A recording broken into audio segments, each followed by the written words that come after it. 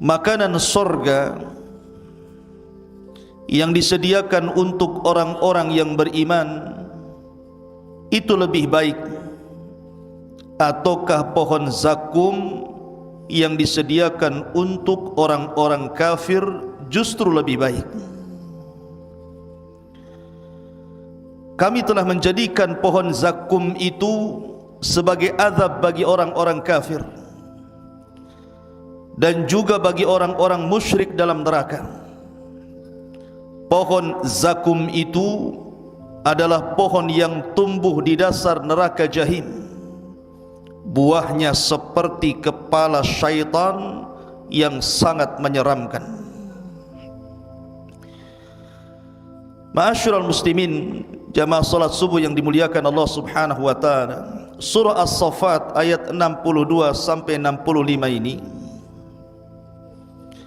ketika turun menjelaskan tentang bagaimana ngerinya penduduk neraka karena disediakan makanan berupa buah zakum. Rupanya tidak menjadikan orang-orang kafir itu beriman dengan adanya hari kebangkitan dan juga adanya neraka.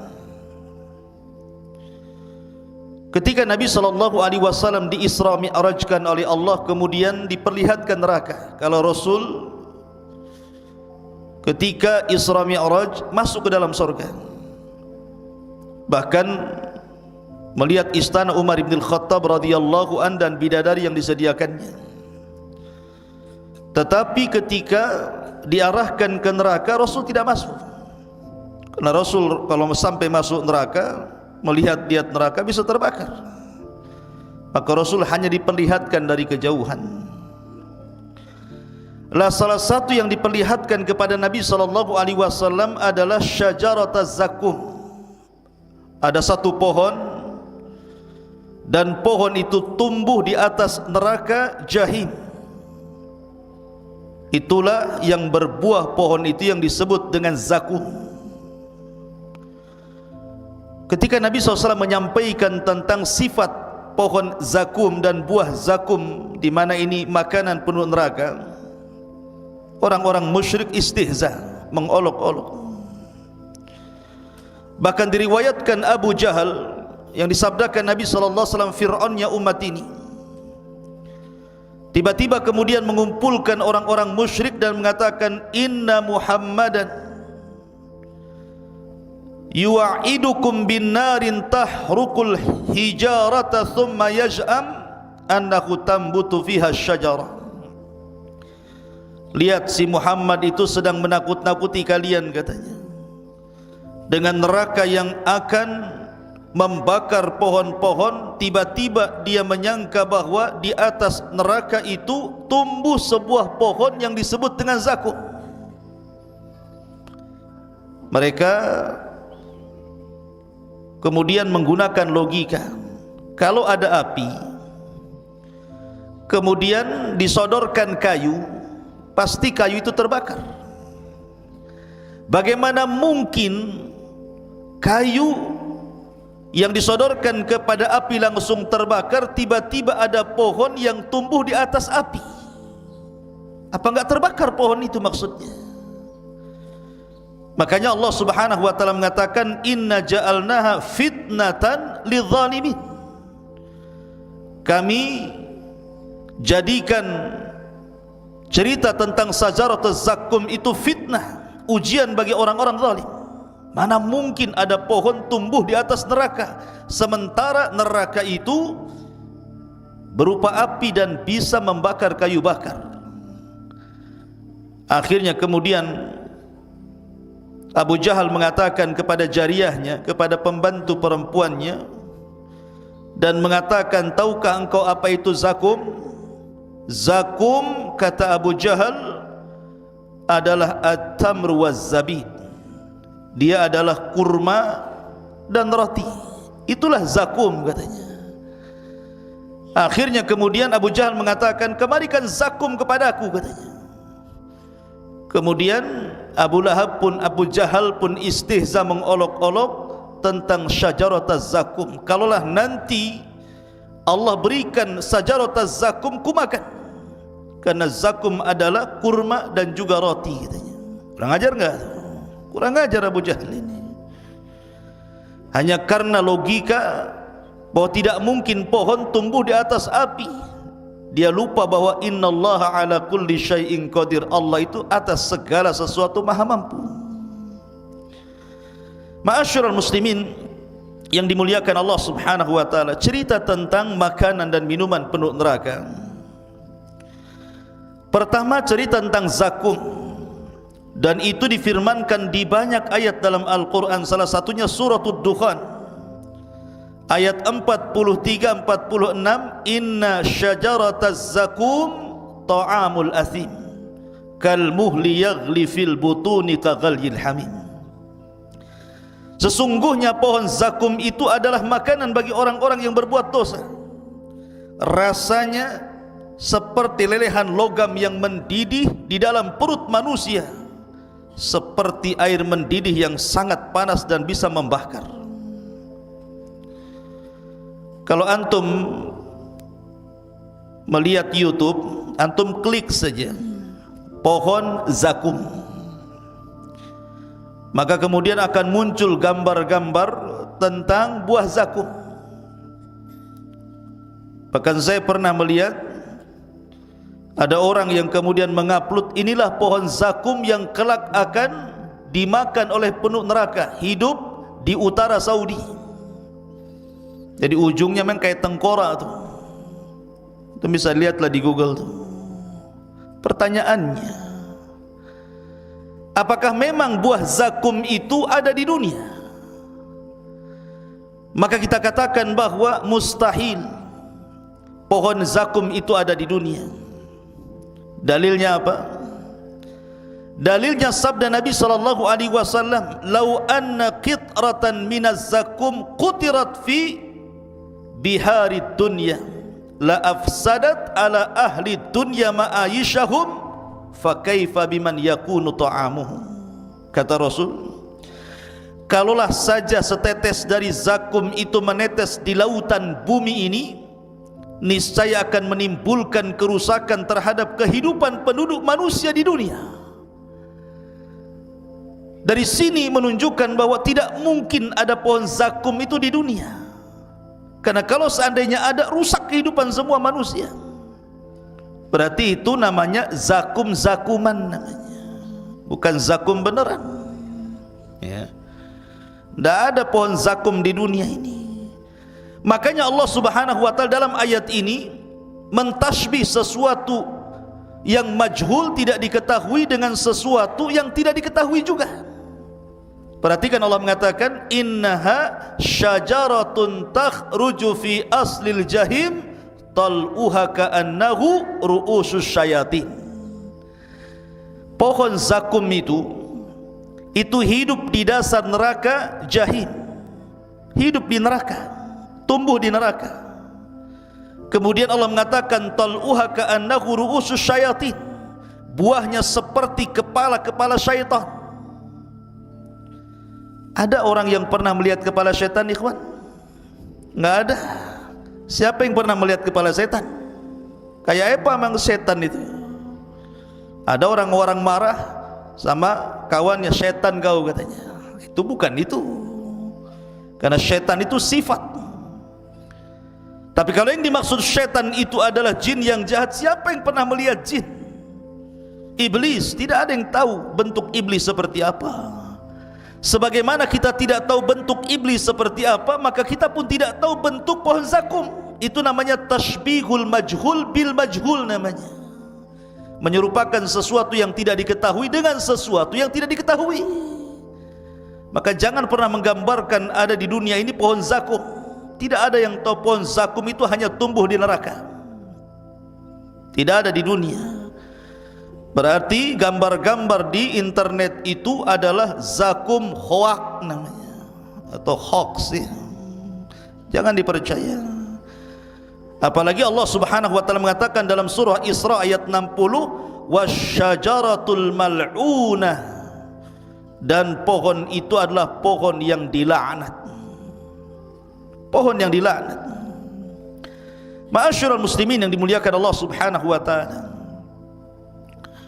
ini makanan yang disebutkan di dalam Al-Quran. Yang pertama adalah pohon zakum, pohon terlaknat, tumbuh di dasar neraka, memiliki duri, sekali makan hancur semua tenggorokannya. Makanya Allah mengatakan la yusminu minhu wa la yusminu wa la yughni min ju', tidak mengenyangkan sama sekali, tidak menjadikan dia gemuk dan tidak mengenyangkan sama sekali. Yang ada belum sampai ke perut, leher sudah hancur, tenggorokan sudah hancur. Itulah pohon zakum.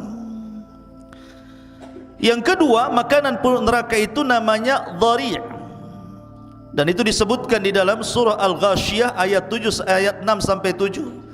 Laisa lahum ta'amun illa min dhari' la yusmin wa la yughni min ju'.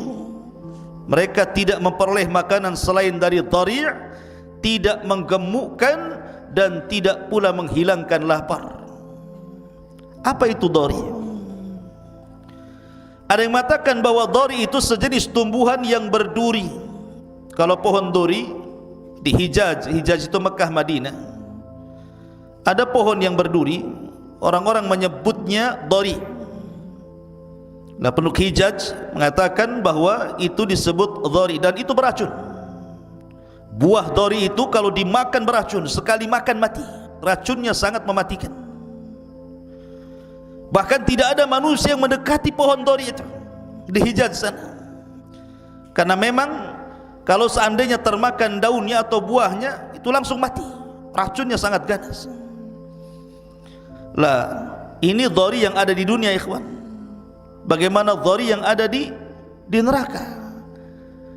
Walaupun mungkin ada dhari' istilah orang-orang Arab Hijaz sana, tetapi Abdullah bin Abbas radhiyallahu anhu mengatakan laisa fid dunya minal jannati syai'un ilal asma'. Kata Abdullah bin Abbas radhiyallahu anhuma, perbedaan kesamaan di sorga dengan di dunia itu hanya sekedar nama saja, tetapi hakikatnya berbeda. Di dunia mungkin ada dhari', tetapi di sorga ada dhari', sama nama dhari', tetapi tentu akan berbeda hakikatnya. Ma'asyiral muslimin yang dimuliakan Allah Azza wa Jalla, ini yang kedua. Yang ketiga namanya ghislin. Allah mengatakan dalam Al-Quran, wala ta'amun illa min ghislin, tidaklah penduduk neraka itu memakan sedikit pun kecuali mereka memakan ghislin. Apa itu ghislin? Ahli tafsir mengatakan seperti yang dikatakan Abdullah ibn Abbas, bahwa ghislin adalah sadidu ahli nar, nanahnya penduduk neraka. Itulah ghislin, makanan penduduk neraka itu adalah nanahnya penduduk neraka sendiri. Ada juga yang mengatakan ma yakhruju min luhumihim, cairan yang keluar dari daging-daging penduduk neraka. Subhanallah, ikhwan. Itulah makanan penduduk neraka. Jadi pertama zakum, yang kedua dhari', yang ketiga ghislin. Ada yang mengatakan bahwa tumbuhan ini cuma satu, tetapi kemudian cabangnya meliputi seluruh neraka. Semua neraka ada cabangnya. Ada juga yang mengatakan setiap neraka itu memiliki pohon-pohon ini. Ada juga yang mengatakan bahwa ada penduduk neraka itu kalau dia masuk neraka makanannya zakum saja. Ada penduduk neraka yang lain kalau masuk ke neraka itu makanannya dhari' saja.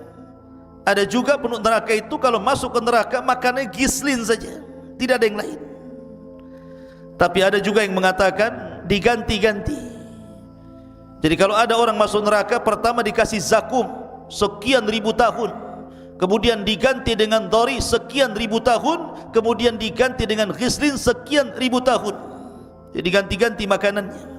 Sebagaimana penduduk surga juga ada makanan diganti, kadang daging, kadang buah, kadang macam-macam. Maka penduduk neraka juga sama.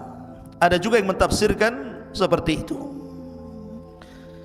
Adapun minuman penduduk neraka, ikhwan, maka Allah Subhanahu wa taala berfirman dalam surah An-Naba, la yadhukuna fiha bardan wala syaraba illa hamiman wa ghassaqa. Penduduk neraka itu tidak merasakan kesejukan di dalamnya, dan tidak pula mendapatkan minuman selain dua minuman. Pertama hamim, yang kedua ghasaq. Apa itu hamim? Hamim kata ahli tafsir adalah al-hamimul ladzi qad intaha harruhu, air yang mendidih sampai kepada titik didih yang terakhir, saking panasnya, itu disebut hamim. Bahkan dikatakan oleh Asy-Syi'di rahimahullahu taala, ma'un harrun qad ishtadda harruhu yashrabunahu fayaqtau am'a'ahum. Hamim adalah air yang sangat panas, penduduk neraka meminum air sampai menyebabkan usus-usus mereka amburadul, pecah, putus. Itulah hamim. Adapun ghasaq dikatakan oleh Abdullah bin Abbas radhiyallahu anhuma, huwa zamharir yukhawwifuhum bibardihi. Jadi kalau hamim itu air panas, kalau ghasaq itu air dingin. Tetapi lihat dinginnya air ghasaq ini, minuman yang sangat dingin sekali. Benda ini membuat takut seluruh penduduk neraka karena saking dinginnya, puncak dingin yang luar biasa. Sampai-sampai Imam Mujahid mengatakan, huwa thaljul barid alladzi qad intaha barduhu, es yang sangat dingin sampai puncak suhu dingin yang luar biasa. Huwa alladzi yasilu min juludihim. Ghasaq adalah cairan yang keluar dari kulit-kulit penduduk neraka. Ma yakhruju min absarihim minal qayhi wad dam, cairan nanah dan cairan darah yang keluar dari mata-mata penduduk neraka itu disebut ghasaq, lah itu minumannya. Jadi yang satu air panas sekali, yang satu air dingin sekali.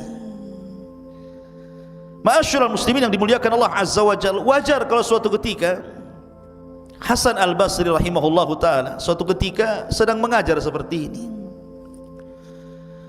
tiba-tiba kemudian muridnya membawa minuman air putih untuk dihidangkan kepada gurunya. Ketika Hasan Al-Basri melihat air itu, tiba-tiba dia menangis. Lah murid yang kemudian menghidangkan air itu merasa bersalah. Kenapa kemudian gara-gara memberikan minum air putih, kenapa imam bisa menangis? Wa mayubkika ya imam, apa yang menjadikan anda menangis wahai Imam Hasan? Maka Hasan Al-Basri mengatakan, wallahi tadzakartu umniyata ahlin nar. Kata Hasan Al-Basri, demi Allah, ketika aku melihat air putih mineral itu, aku teringat dengan cita-citanya penduduk neraka.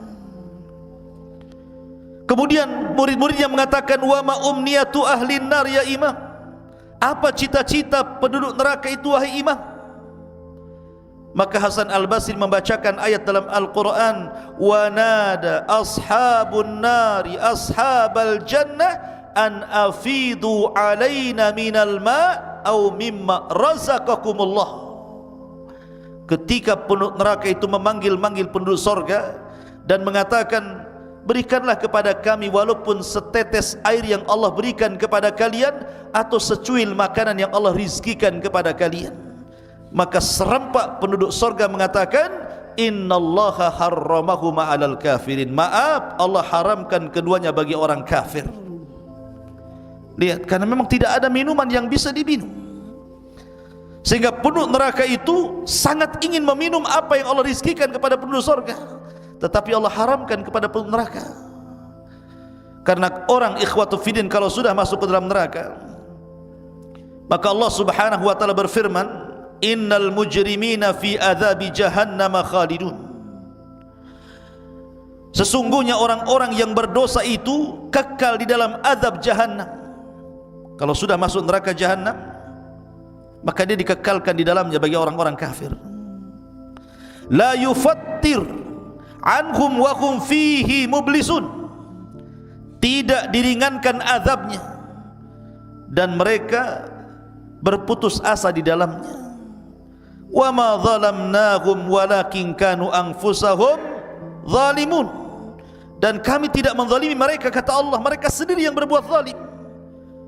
Wa nadu, dan mereka pun memanggil-manggil, ya Malik liyaqdiya alaina rabbuk qala innakum makithun. Mereka berseru kepada malaikat Malik, biarlah Tuhanmu mematikan saja kami sudah tidak kuat. Tapi malaikat Malik mengatakan, sungguh kamu akan tetap tinggal di neraka itu seperti itu kondisinya. Artinya mereka tidak akan merasakan apapun kecuali azab Allah Subhanahu wa taala. Ma'asyiral muslimin yang dimuliakan Allah Azza wa Jalla, neraka itu ikhwan memiliki tingkatan-tingkatan. Ada yang disebut dengan al-jahim, ada yang disebut dengan jahannam, ada yang disebut dengan ladha, ada yang disebut dengan sa'ir, ada yang disebut dengan sakar, dan ada yang disebut dengan khutamah, dan yang terakhir disebut hawiyah. Itulah 7 tingkatan neraka. Kenapa disebut jahim? Sumiyat bidzalika liquwati ta'ajjujin nari fiha.